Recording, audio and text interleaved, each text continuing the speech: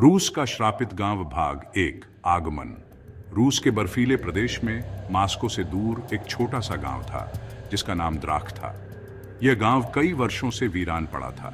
स्थानीय लोग कहते थे कि इस गांव में किसी अदृश्य बला का साया था जिसने इस गांव को श्रापित कर दिया था।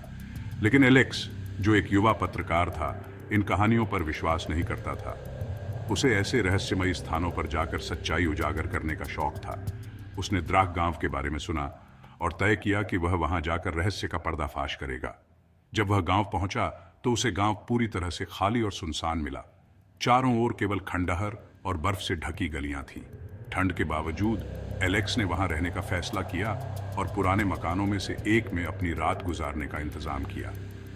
भाग दो, अजीब घटनाएं। पहली रात ही एलेक्स को कुछ अजीब लगा। जैसे ही वह सोने की कोशिश कर रहा था, उसे दरवाजे के बाहर किसी के चलने की आवाज सुनाई दी। उसने खिड़की से बाहर झांका, लेकिन वहां कोई नहीं था।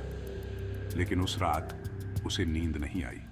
उसे महसूस हुआ कि कोई उसे देख रहा है। अगले दिन एलेक्स ने गांव में और गहराई से जांच पड़ताल करने का फैसला किया। गांव के एक पुराने चर्च में उसने कुछ प्राचीन दस्तावेज पाए। उन दस्तावेजों से उसे पता चला कि सैकड़ों साल पहले इस गांव में एक डायन रहती थी जिसका नाम मारिया था। गांव के लोगों ने उसे जिंदा जला दिया था क्योंकि उन्हें विश्वास था कि वह बुरी आत्माओं को बुलाती थी।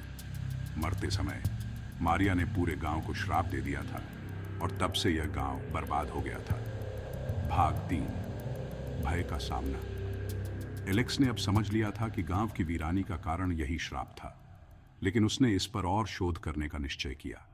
जब वह चर्च से लौट रहा था, उसने देखा कि बर्फ पर किसी के पैरों के निशान थे जो उसकी ओर बढ़ते हुए प्रतीत हो रहे थे, लेकिन वह पैरों के निशान हवा में खत्म हो जाते थे। उस रात एलेक्स को और भी भयानक अनुभव हुआ। जैसे ही वह सोने के लिए लेटा, कमरे की ठंडी दीवारों से धीमी धीमी फुसफुसाहट की आवाजें आने लगी। वह खड़ा हो गया और एक मोमबत्ती जलाकर पूरे कमरे का मुआयना किया। अचानक एक परछाई दीवार पर उभर आई। वह परछाई किसी महिला की थी जो धीरे धीरे एलेक्स की ओर बढ़ रही थी। एलेक्स का दिल तेजी से धड़कने लगा। वह समझ गया कि यह मारिया की आत्मा थी। डर के मारे उसने गांव से तुरंत भागने का फैसला किया, लेकिन जब वह दरवाजे की ओर बढ़ा तो दरवाजा अपने आप बंद हो गया। कमरे का तापमान अचानक गिर गया और एलेक्स के हाथ पैर सुन्न हो गए। भाग 4 अंतिम संघर्ष। मारिया की आत्मा अब एलेक्स के सामने खड़ी थी। उसकी आंखें लाल थीं और उसके चेहरे पर बदले की आग थी। उसने एलेक्स से कहा, तुम भी उन्हीं की तरह मरोगे जिन्होंने मुझे मारा था। लेकिन एलेक्स ने हार मानने से इनकार कर दिया। उसने पास पड़ी एक लकड़ी की छड़ी उठाई और मारिया की आत्मा की ओर फेंकी। इससे आत्मा थोड़ा पीछे हट गई, लेकिन फिर वह और ज्यादा क्रोध में आ गई। कमरे की दीवारें हिलने लगीं और बर्फ के कण हवा में उड़ने लगे। अचानक एलेक्स को एक पुरानी किताब याद आई जिसे उसने चर्च में देखा था। उसमें लिखा था कि मारिया के श्राप को तोड़ने का एक ही तरीका था, उसकी आत्मा से माफी मांगना। एलेक्स ने अपनी पूरी शक्ति बटोरी और कांपते हुए कहा, मारिया, मैं माफी मांगता हूँ। मैं तुम्हारे दुआ का कारण नहीं बनना चाहता। कृपया मुझे छोड़ दो। कुछ क्षणों के लिए कमरे में शांति छा गई। फिर मारिया की आत्मा का चेहरा धीरे धीरे शांत होने लगा। उसने एलेक्स की ओर देखा और कहा, मैं तुम्हें जाने दूंगी, लेकिन याद रखना, इस गांव में कोई भी सुरक्षित नहीं है। इसके बाद मारिया की आत्मा धीरे धीरे गायब हो गई और कमरे में सामान्य तापमान लौट आया। भाग 5 वापसी। एलेक्स ने तुरंत गांव छोड़ दिया। वह जानता था कि वह भाग्यशाली था जो बच गया, लेकिन उसने यह भी समझ लिया था कि मारिया का श्राप अभी भी द्राख गांव में विद्यमान था। जब वह मास्को वापस लौटा, उसने अपने अनुभव के बारे में एक लेख लिखा। लेख ने पूरे देश में सनसनी मचा दी, लेकिन एलेक्स ने खुद से एक वादा किया कि वह कभी भी उस श्रापित गांव की ओर नहीं देखेगा। लेकिन कुछ साल बाद उसे फिर से एक अज्ञात नंबर से कॉल आई। एक कमजोर और डरावनी आवाज ने उससे कहा, तुमसे वादा तोड़ने का समय आ गया है।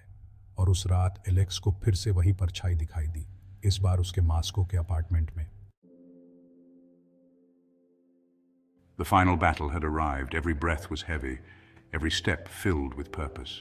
The echoes of past failures and triumphs merged into a single moment of destiny.